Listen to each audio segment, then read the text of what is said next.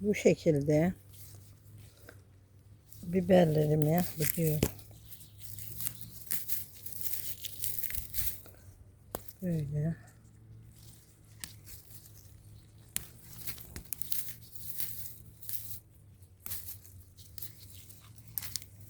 Birinden.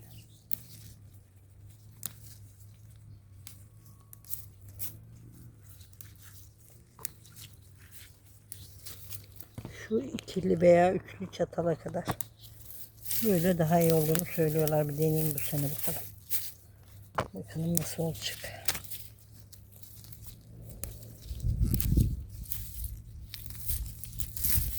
Tabii bir hayli uğraştıracak. 4-5 sıra biber var. Artık bugünkü işimiz bu herhalde.